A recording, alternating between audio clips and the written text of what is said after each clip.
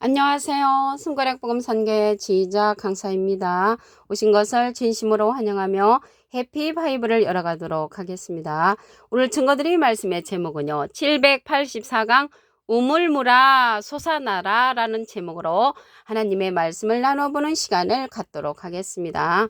여기 물이 나왔는데요. 물에 관해서 알아보시면 민수기 21장 17절을 보시게 되면 그때에 이스라엘이 노래하여 가로되 우물물아 솟아나라 너희는 그것을 노래하라 라고 말씀에 기록되어 있습니다.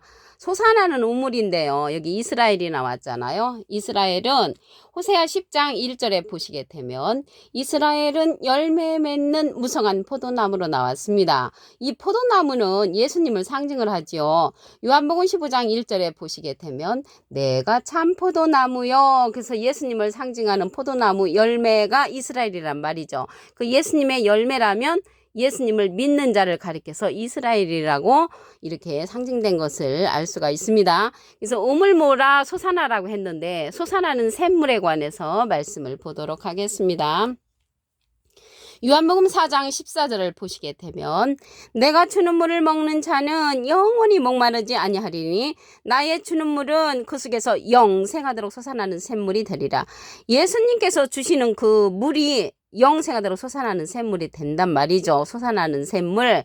근데 여기서 물에 관해서 알아보시면 아모스 8장 11절에 주 여호와께서 가라사대 보라 날이 이를지라 내가 기근을 땅에 보내리니 양식이 없어 주림이 아니며 물이 없어 가람이 아니요 여호와의 말씀을 듣지 못한 기갈이라고 했습니다. 여기서 물은 여호와의 말씀을 상징한다는 것을 알 수 있겠지요. 그래서 이 물이 구원의 우물들에서 물을 기르라고 했습니다. 이사야 12장 3절을 보시게 되면 너희가 기쁨으로 구원의 우물들에서 물을 기르리로다. 그래서 우물들이 나왔잖아요. 우물들. 근데 구약시대에는요. 하나님께서 우물이 되는 것이고요. 솟아나는 샘물. 신약시대에는 예수님께서 여기 영생하도록 솟아나는 샘물이 된다고 하셨잖아요. 그래서 신약시대는 영생하도록 솟아나는 샘물이 예수님이 되셨고요. 이 시대는 예수님께서 우리에게 보내시는 그러한 자를 통해서 이 솟아나는 우물을 맛보게 되는 그러한 시대라는 것을 말씀을 드립니다.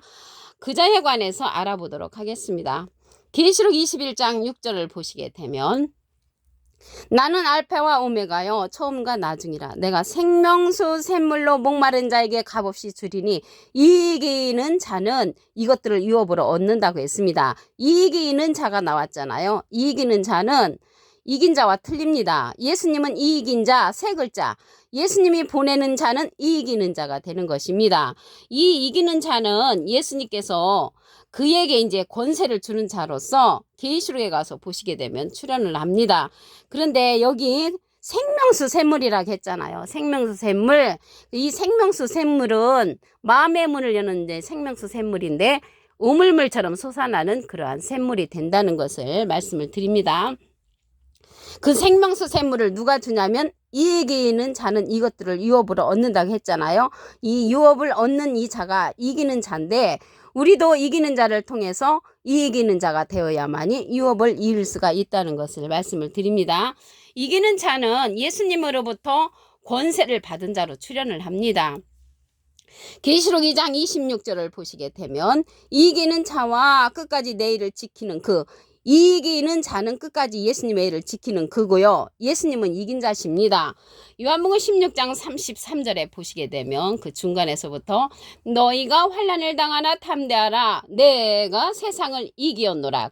그래서 예수님은 이긴 자, 예수님이 보내시는 자는 이기는 자로서 출현한다는 것을 말씀을 드리고요. 이 자는 끝까지 예수님의 일을 지키는 그로서 만국을 다스리는 권세를 예수님께서 주리니 그가 철장을 가지고 저희를 다스려 질그릇 깨뜨린 것 같이 한다고 했고요. 나도 예수님도 내 아버지께 받은 것이 그렇듯이 이기는 자에게 권세를 준다는 것입니다. 권세를 주리니 권세를 주는 자가 이기는 자로서 이 시대는 이기는 자를 통해서 솟아나는 샘물을 맛보야 하는 그러한 시대가 되었다는 것을 말씀을 드립니다.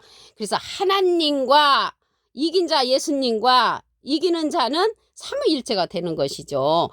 그러면 여기 솟아나는 샘물이 있는데 봉한 샘물도 있습니다. 덮은 우물.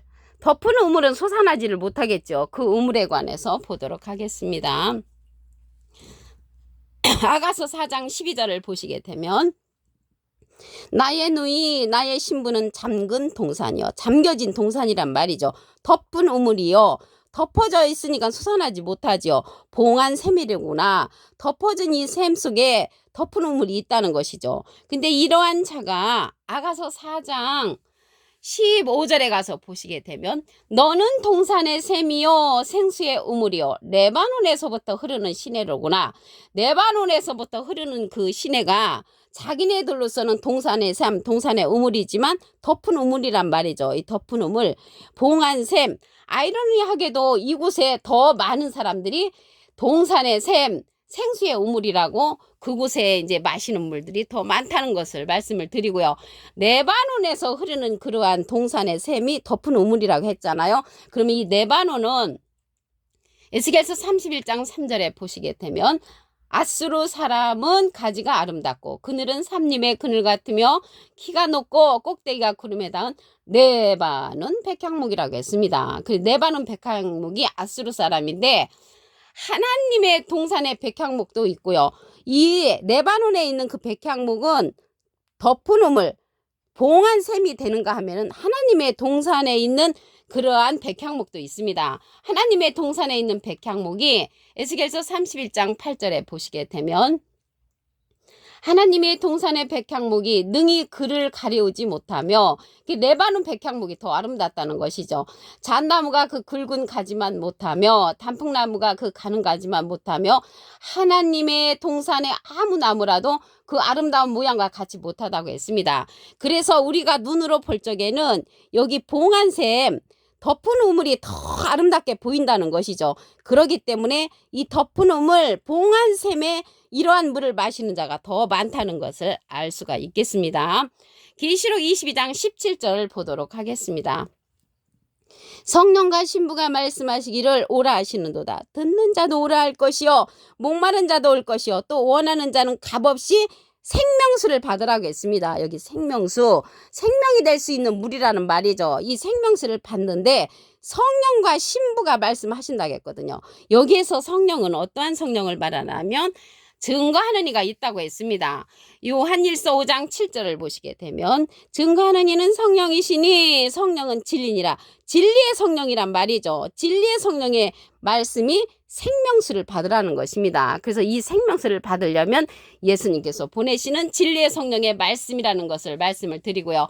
요한복음 16장 13절에 보시게 되면 진리의 성령이 오시면 그가 너희를 모든 진리 가운데로 인도하시리니 그가 자유로 말하지 않고 오직 듣는 것을 말하시며 장래를 우리에게 알려준다고 했습니다. 예수님의 영광을 나타내는 그 진리의 성령이란 말이죠. 그래서 이 진리의 성령은요.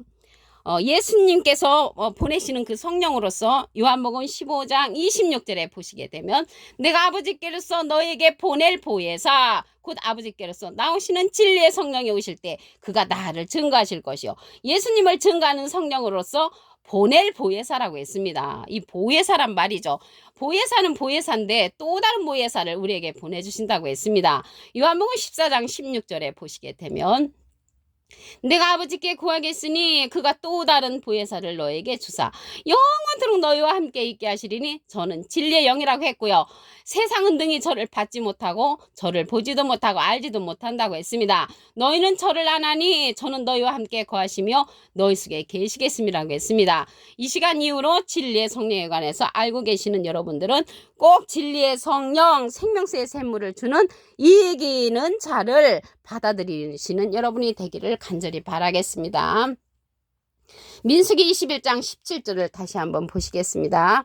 그때 이스라엘이 노래하여 가로되 우물물아 솟아나라. 솟아나는 우물의 샘물을 이제 우리가 마셔야 되는데 예수님 당시 때는 예수님이 영생하도록 솟아나는 샘물이 되셨죠.